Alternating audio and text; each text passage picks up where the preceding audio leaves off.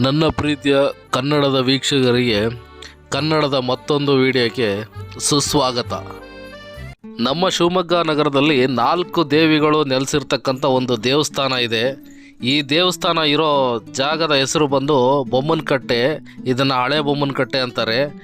ದಸರಾ ಹಾಗೂ ವಿಜಯದಶಮಿ ಹಬ್ಬಗಳ ಪ್ರಯುಕ್ತ ಈ ದೇವಸ್ಥಾನದಲ್ಲಿ ಭಾಳ ವಿಜೃಂಭಣೆಯಾಗಿ ದೀಪಗಳ ಅಲಂಕಾರ ಮಾಡಿದ್ದಾರೆ.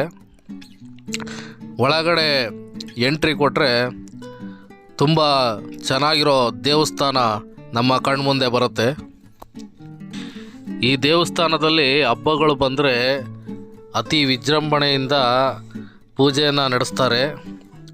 ಇದು ತುಂಬ ವಿಶಾಲವಾದ, ಇದು ಭಾಳ ದೊಡ್ಡದಾದ ಹೊರಾಂಗಣವನ್ನು ಹೊಂದಿರತಕ್ಕಂಥ ದೇವಸ್ಥಾನ.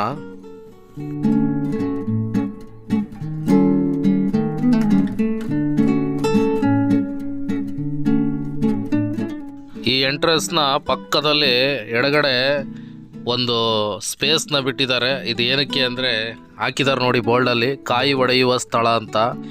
ಎಲ್ಲ ಭಾಳ ಸ್ವಚ್ಛತೆಯಿಂದ ನೀಟ್ನೆಸ್ ಆಗಿ ಮೇಂಟೈನ್ ಮಾಡಿದ್ದಾರೆ. ಹಬ್ಬದ ಪ್ರಯುಕ್ತ ನಾವು ದೇವಸ್ಥಾನದ ಒಳಗಡೆ ಹೋಗಿ ದೇವಿಯರ ಆಶೀರ್ವಾದ ಪಡೆದುಕೊಂಡು ಬರೋಣ ಬನ್ನಿ.